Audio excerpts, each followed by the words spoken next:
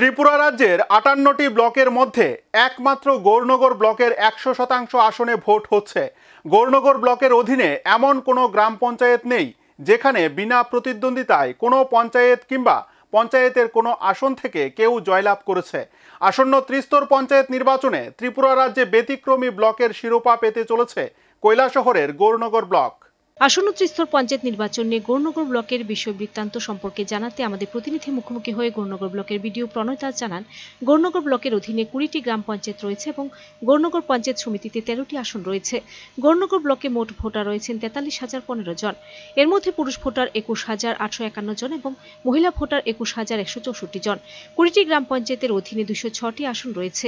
২০টি গ্রাম পঞ্চায়েতে ২০৬টি আসনে লড়াইয়ের জন্য বিভিন্ন রাজনৈতিক দলের পক্ষ থেকে ৪৭৭টি মনোনয়ন জমা পড়েছিল।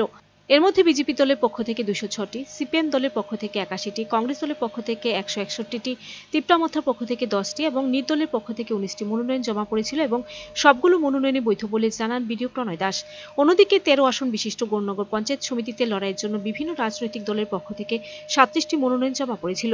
এর মধ্যে বিজেপি দলের পক্ষ থেকে 13টি, সিপিএম দলের পক্ষ থেকে 7টি, কংগ্রেস দলের পক্ষ থেকে 9টি, তিপ্রামথার পক্ষ থেকে 4টি এবং নির্দলের পক্ষ থেকে 4টি মনোনয়ন জমা পড়েছিল এবং সবগুলো মনোনয়ন বৈধতা পেয়েছে বলে জানান বিডিও প্রণয় দাস।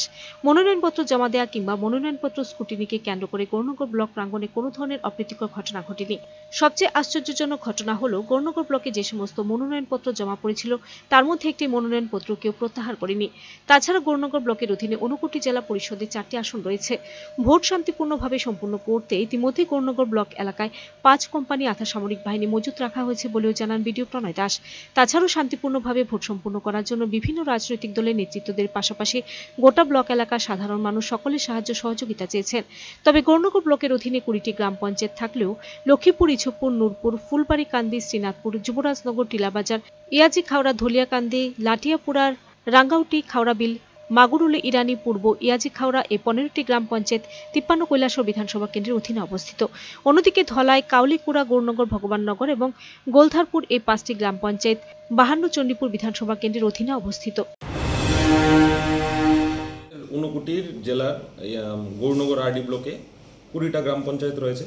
গ্রাম পঞ্চায়েতের 206খানা সিট রয়েছে এবং এখানে পঞ্চায়েত সমিতির 13খানা আসন রয়েছে এবং সবকটা আসনেই নমিনেশন পড়েছে।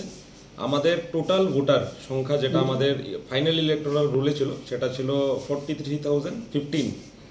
এটার মধ্যে মেল হলো 21,851 এবং ফিমেল হলো 21,164। আমাদের যে গ্রাম পঞ্চায়েতে নমিনেশন পড়েছে টোটাল 477 নমিনেশন পেপার সাবমিট হয়েছে। ওটার মধ্যে বিজেপি সাবমিট করেছে 206, সিপিআইএম করেছে 81, আইএনসি করেছে 161, তিপ্রামথা করেছে 10টা এবং নির্দল থেকে 19খানা নমিনেশন পেপার আমরা পেয়েছি এবং ভ্যালিডলি নমিনেটেড, মানে ওরা কন্টেস্টিং ক্যান্ডিডেটই এখন। আমাদের পঞ্চায়েত সমিতির 13খানা আসনের জন্য বিজেপি থেকে 13খানা নমিনেশন এবং কন্টেস্টিং ক্যান্ডিডেট 13 জন, সিপিআইএমের 7 জনই কন্টেস্টিং ক্যান্ডিডেট, 7টাই পড়েছিল। আইএনসি থেকে 9টা কন্টেস্টিং ক্যান্ডিডেট আছেন, 9খানা নমিনেশন পড়েছিল এবং মথা থেকে 4টা এবং নির্দল থেকে 4টা। এটাই এখন পর্যন্ত আমাদের ব্লকের যে কন্টেস্টিং ক্যান্ডিডেট ওটার চিত্র।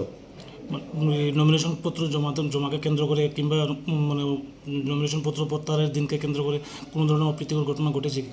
আমরা এবং জেলা প্রশাসন এবং ব্লক প্রশাসন এবং পুলিশ প্রশাসনের সহযোগিতায় এবং গৌরনগরের যে সচেতন নাগরিকরা আছেন ওদের সহযোগিতা এবং প্রত্যেকটা রাজনৈতিক দলের সহযোগিতায় আমাদের নমিনেশন থেকে এখন পর্যন্ত কোনো ধরনের অপ্রীতিকর ঘটনার কোনো মানে ইনসিডেন্ট রিপোর্ট হয়নি এখন পর্যন্ত।